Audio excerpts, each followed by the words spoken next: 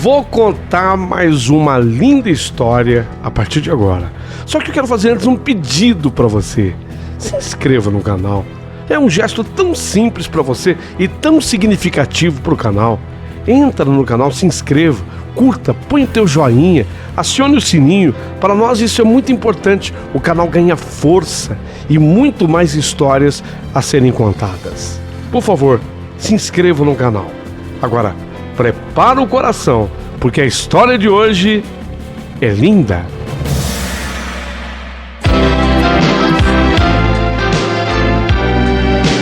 Rádio Emoção.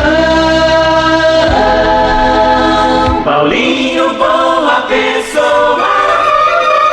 A verdade de cada um.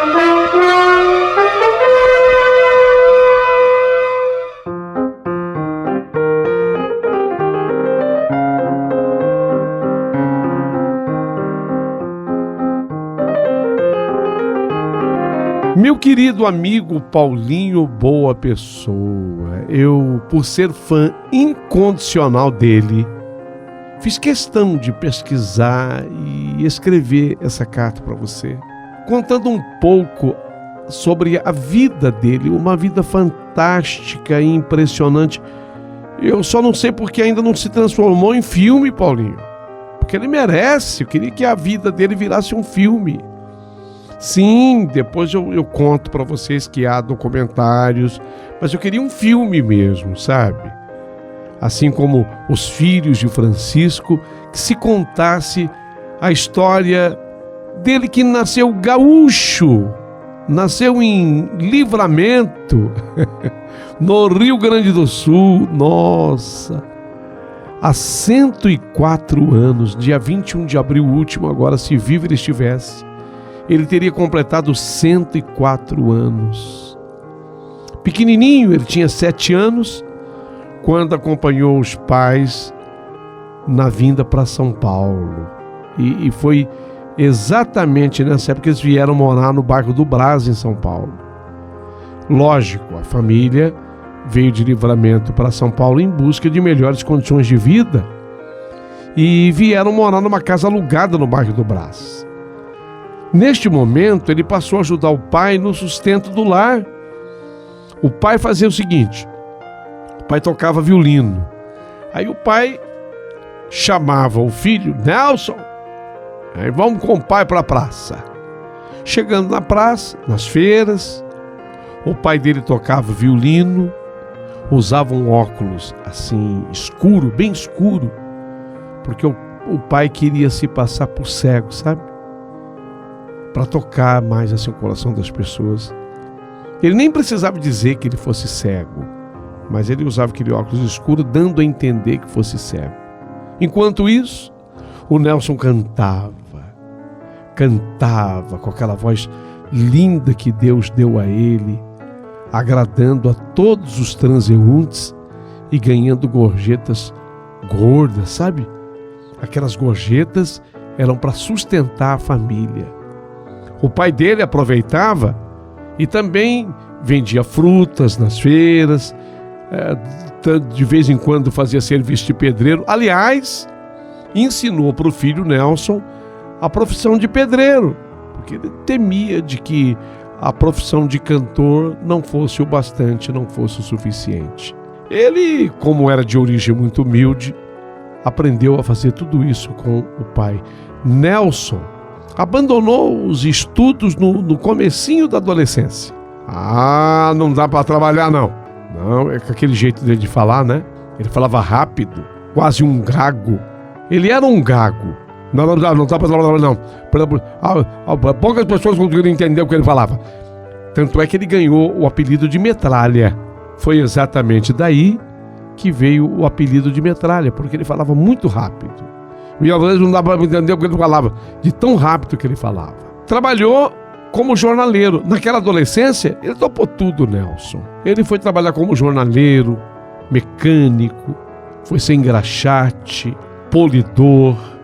Essa profissão de polidor, inclusive, é muito interessante.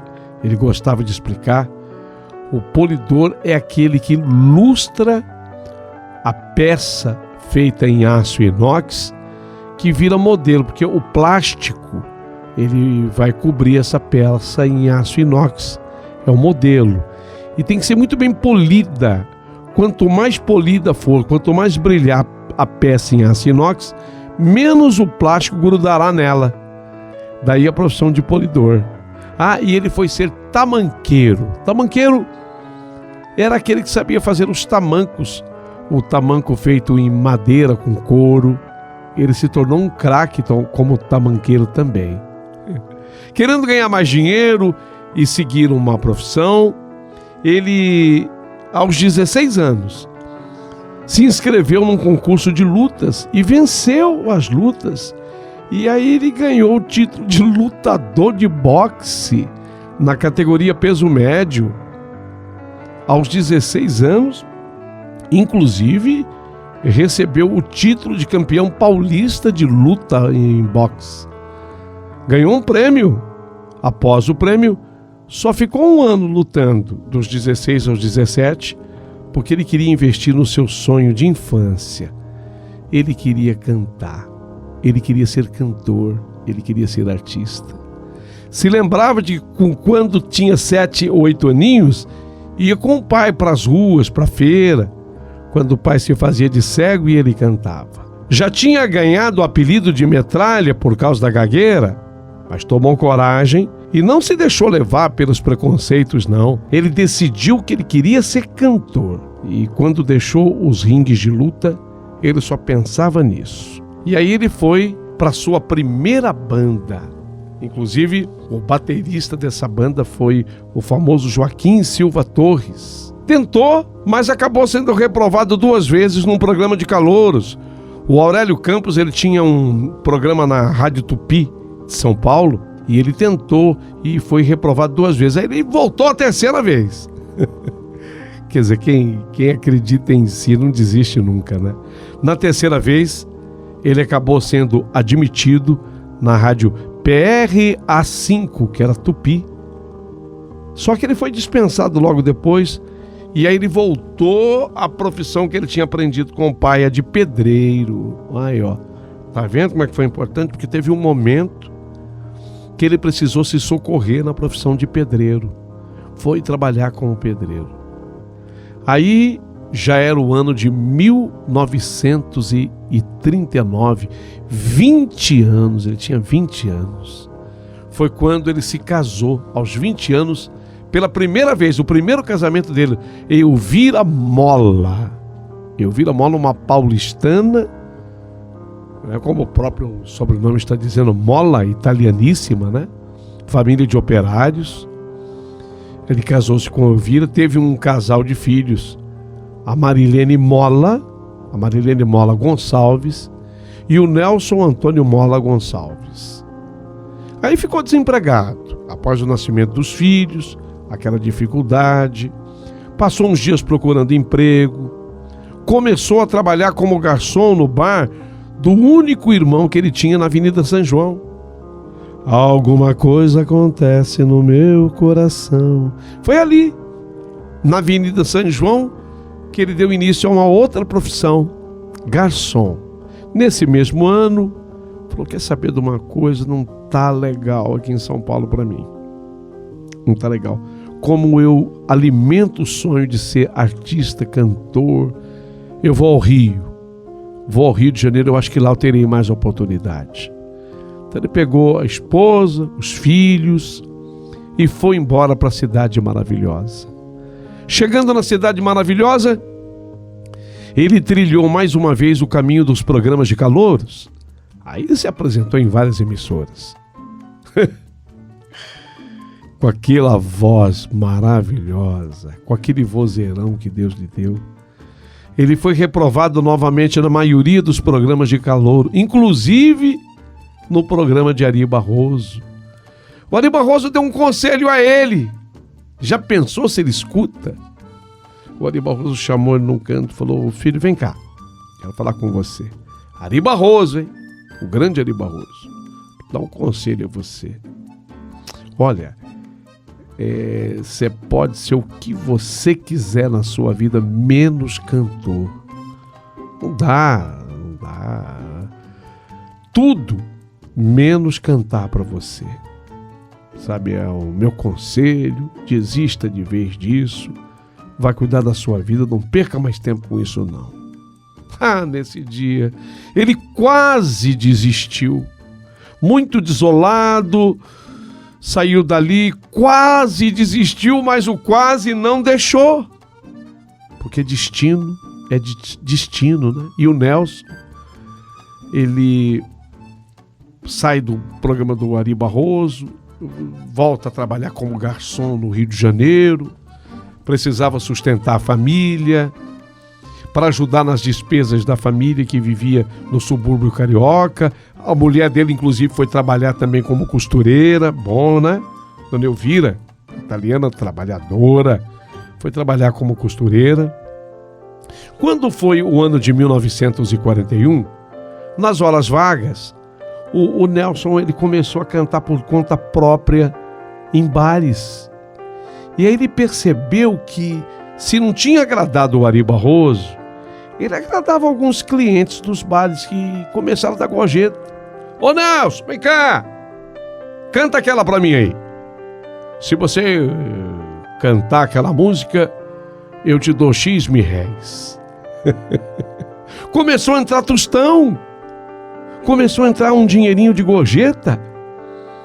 Então ele deduziu o seguinte: caramba, se tem cliente aqui do bar que gosta da minha voz e tá me dando até um dinheirinho para eu cantar, então eu acho que eu vou tentar de novo. Ué, se tem gente que paga, eu vou tentar de novo, por que não? E aí ele voltou a se apresentar em programas de calouro e desta vez ele foi aprovado. Ele foi aprovado e foi chamado para gravar um disco em 78 rotações. Aliás, o primeiro que ele gravou, e foi bem recebido pelo público. Tanto é verdade, olha o que pintou para ele, para o Nelson. Venha cantar aqui na nossa boate, no Copacabana Palace, o hotel mais chique do Rio. Impressionante, porque esse hotel, o Copacabana Palace, ele era o mais concorrido.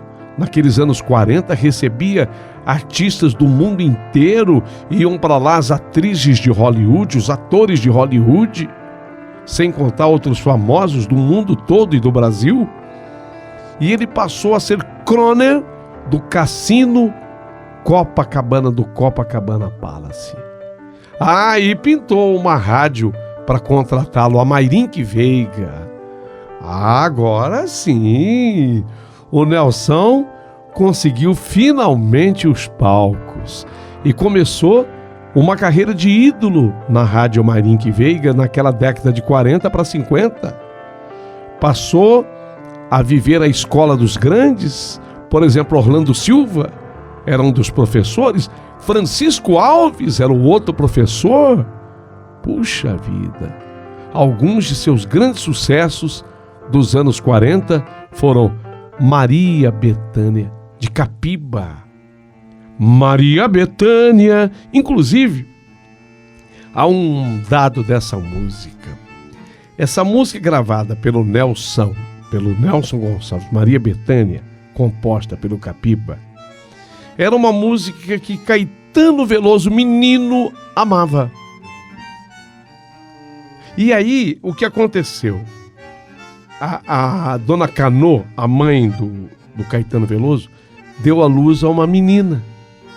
E eles não conseguiam um nome para a menina, assim, ela e o marido discutindo que nome nós daremos à menina, que nome nós daremos à menina.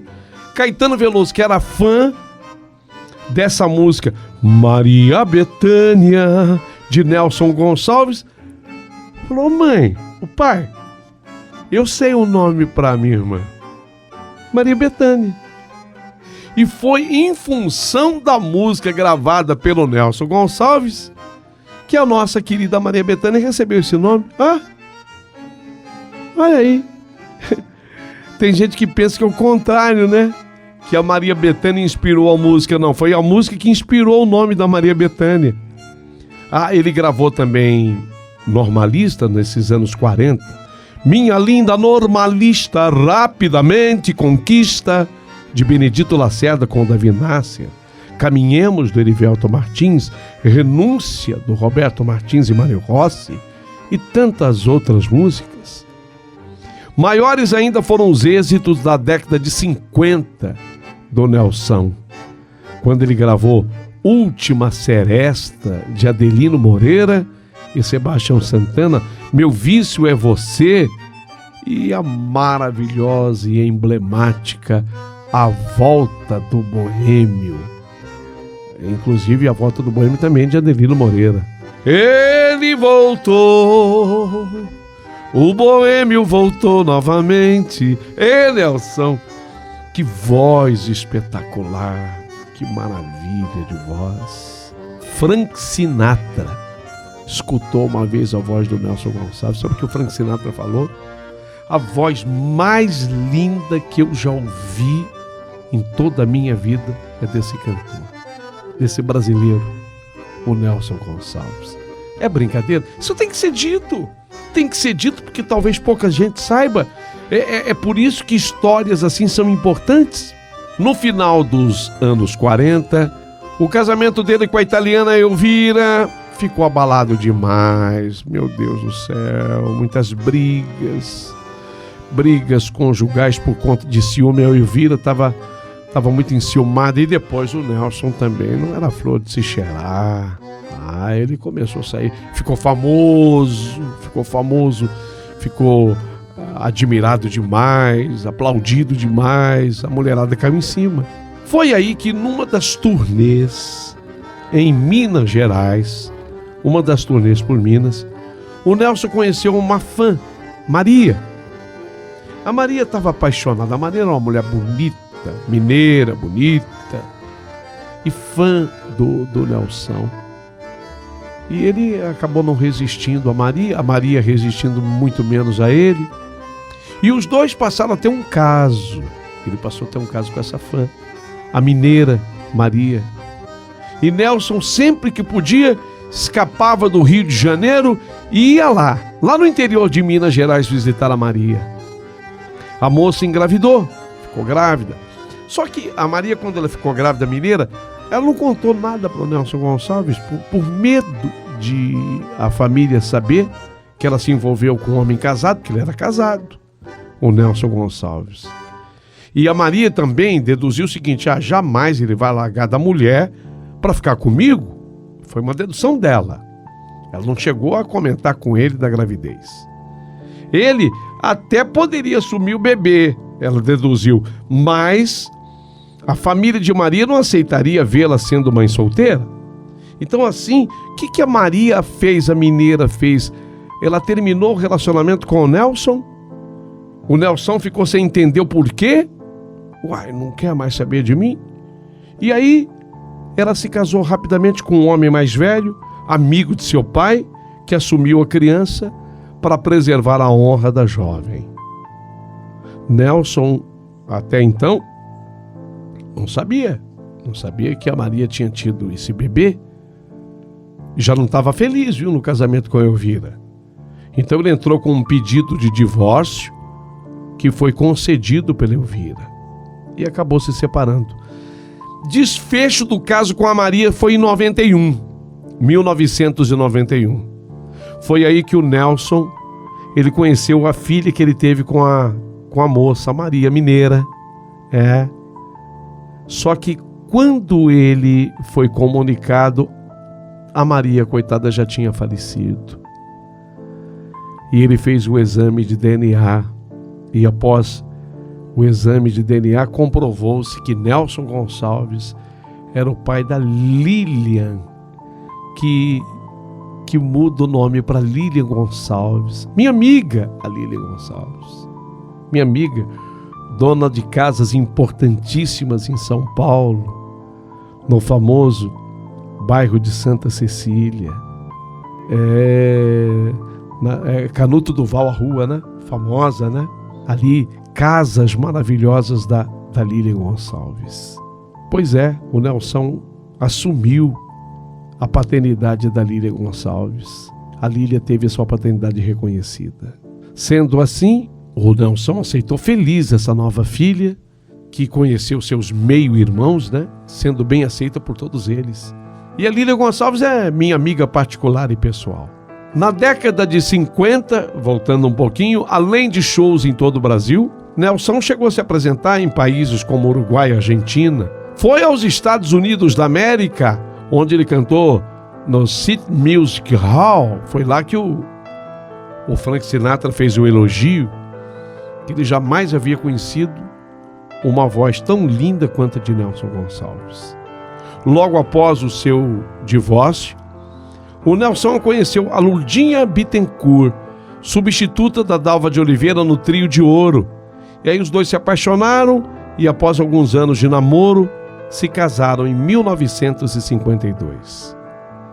O casal, a Lourdinha Bittencourt e o Nelson Gonçalves, passou os primeiros anos de lua de mel viajando mundo afora. A Lourdinha era uma jovem extremamente vaidosa, bonita, Lourdinha vaidosa.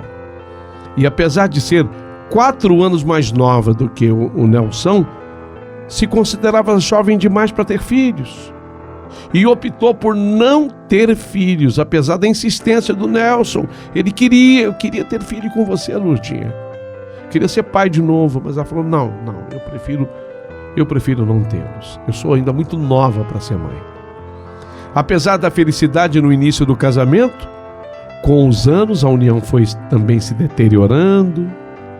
E o casamento de 52 foi até 59 legal. 7 anos.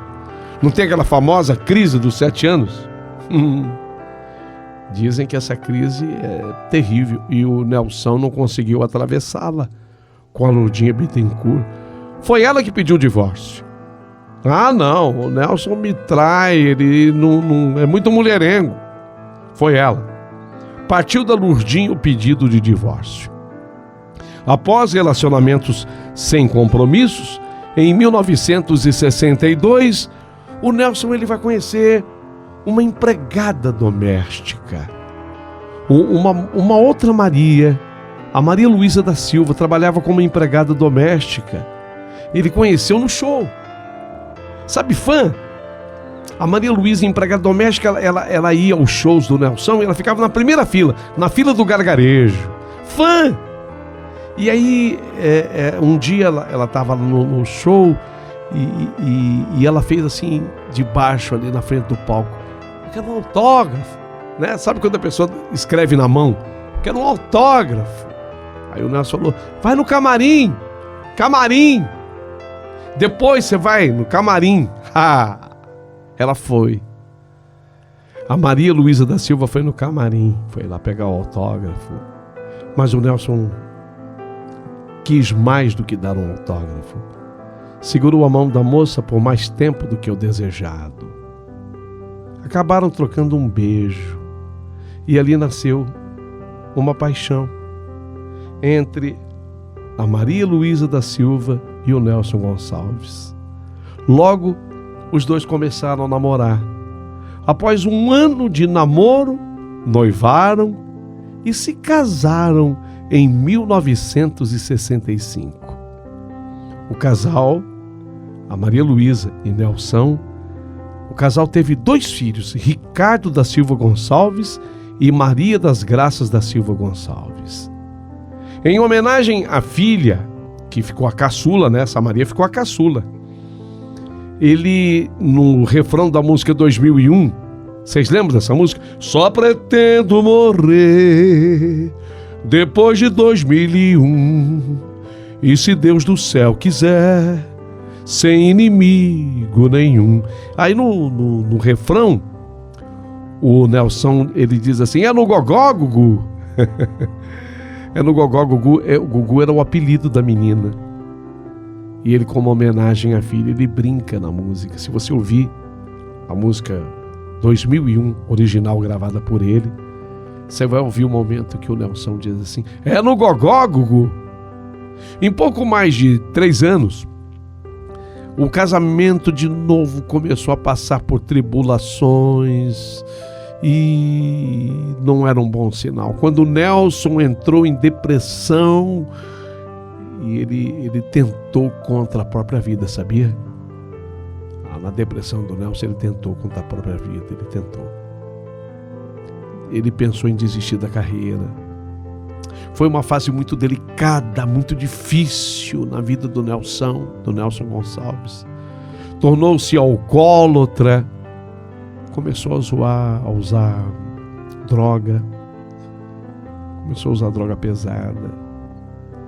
Sofreu uma overdose com essa droga pesada, quase que em 68 ele morreu, quase, de overdose. E ficou naquele vício de drogas por mais de 20 anos. E a mulher dele se manteve ali, sabe? Ê, Maria, hein? Nossa! Que mulher que ele descobriu naquela moça empregada doméstica. Ê, Maria! Ê, simplesmente Maria! Mas manteve-se ali fiel ao lado dele, ficou ali do lado dele, sempre lutou.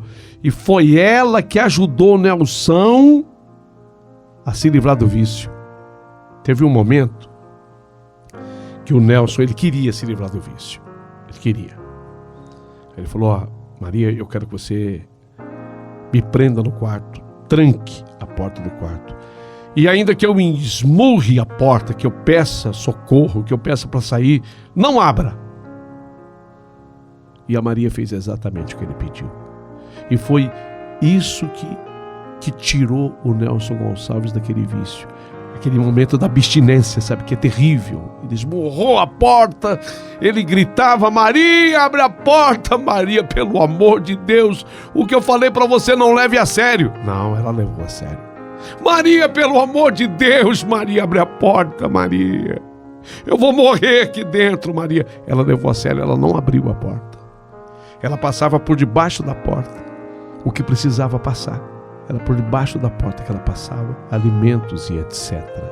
Inclusive a água. Mas ele ficou preso dentro do quarto. Preso pela própria mulher, que foi pedido dele para que ela o prendesse. Antes desta prisão no quarto, o Nelson passou um momento muito difícil. Chegou a ser preso. Ele foi preso em 75 por porte de droga. Foi para casa de detenção. Nossa, isso trouxe para ele problemas gravíssimos. O nome dele acabou espirrado por essa má fama. Perdeu shows. Quase que ele perde a carreira. Ficou muito mal, ficou preso na casa de detenção. Por todo esse tempo, Maria, eita mulher, você que é mulher. Maria, firme, o visitava no presídio, juntava economias dela e do marido, pagava tratamento para ele, advogado para ele. Após sair da cadeia, foi que ele fez esse tratamento, sabe, psicoterápico e psiquiátrico. Fez uma desintoxicação, diminuindo aos poucos o uso de drogas, mas com a ajuda da mulher que prendeu, a pedido dele, ele próprio no quarto. Aí sim, quando ele se desintoxicou da droga, aí ele voltou a cantar, e aí ele lançou de um outro disco, que ele resolveu chamar A Volta do Boêmio número 1, né? Um grande sucesso. Não é aquela A Volta do Boêmio famosa, mas é A Volta do Boêmio número 1. Também fez um grande sucesso. Em 1980, Nelson comemorou, ele conseguiu abandonar de vez o vício de drogas, graças a Deus. Sempre com o apoio da Maria e dos filhos. Totalmente recuperado, aí sim, retomou a carreira, cada vez uma carreira melhor e bem-sucedida. Mesmo com tantos problemas pessoais, continuou gravando regularmente. Gravou durante os anos todos, 70, 80, 90, e reafirmando a posição entre recordistas nacionais de venda de discos. Vocês acreditam que o Nelson chegou à marca incrível, comprovada de 82 milhões de cópias vendidos? Só um outro cantor brasileiro vendeu mais do que ele, o Roberto Carlos. O Roberto tem 120 milhões. Mas provavelmente, com o passar dos anos, ele já deve ter chegado a 90 milhões, o Nelson. Até onde se pesquisou, oficial, 82 milhões de cópias vendidas. Foi o segundo maior vendedor de discos do Brasil. Além dos eternos antigos sucessos de Nelson Gonçalves, ele sempre se manteve atento a novos compositores. O Nelson gravou gente nova para a época, gente moderna, gravou Ângela Rorô, Simples Carinho, gravou do Kid de Abelha, Nada por Mim, que foi sucesso na voz de Paula Toller. Ele gravou a música, regravou, né? Do Legião Urbana, Ainda é Cedo, do Lulu Santos, Como uma Onda. Na verdade não é do Lulu essa música, mas do Nelson Motta, né? Ele gravou, regravou.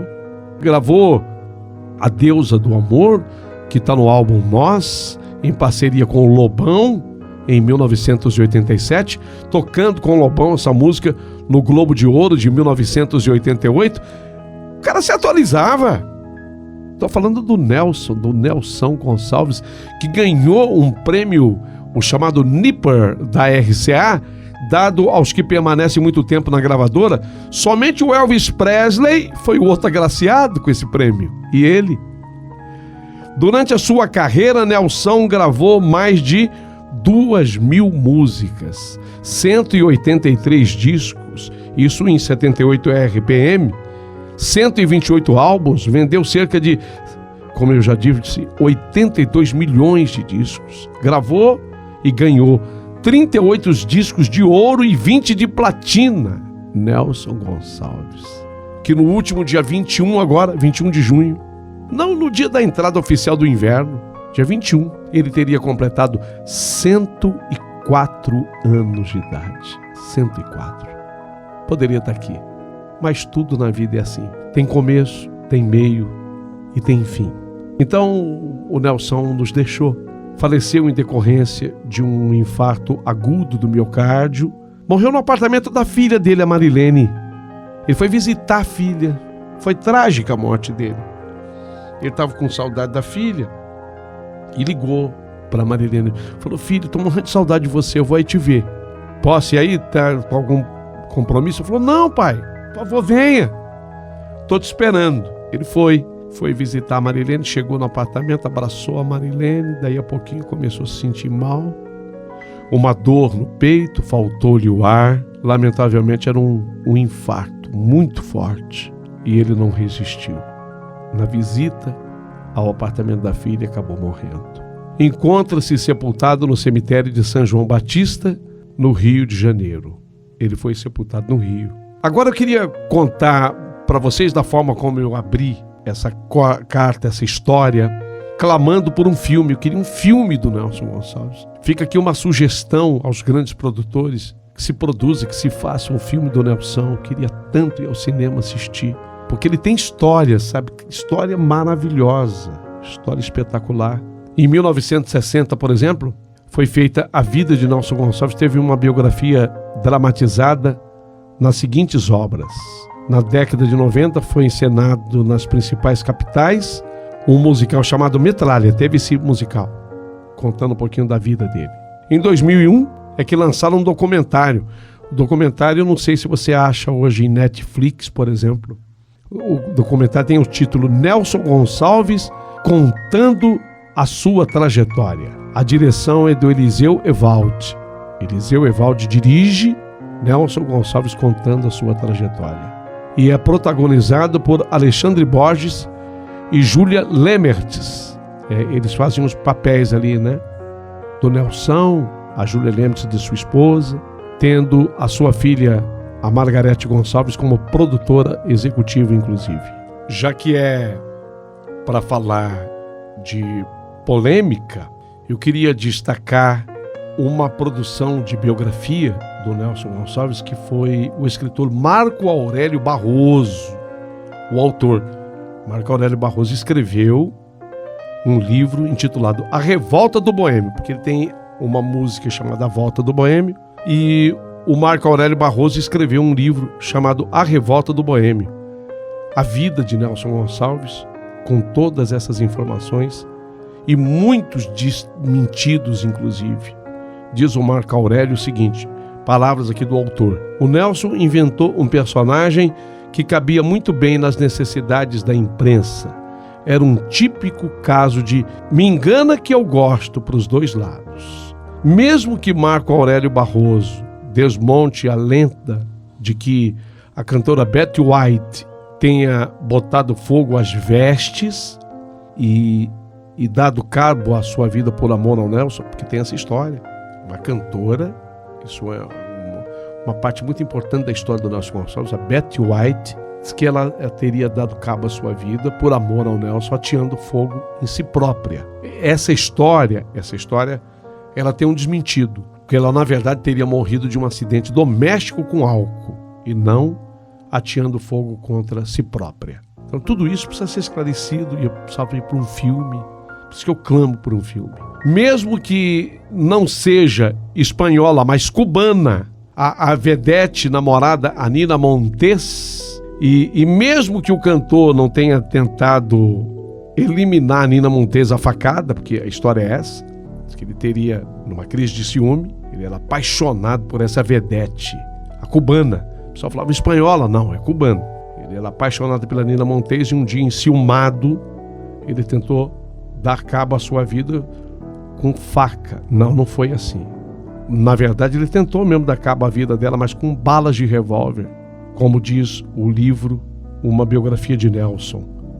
Sempre terá histórias incríveis para serem contadas. Esse seu passado de boêmio, mulherengo, de homem valente, foi sempre apoiado por uma voz incrivelmente grave, aveludada e belíssimas músicas criadas por gente muito boa.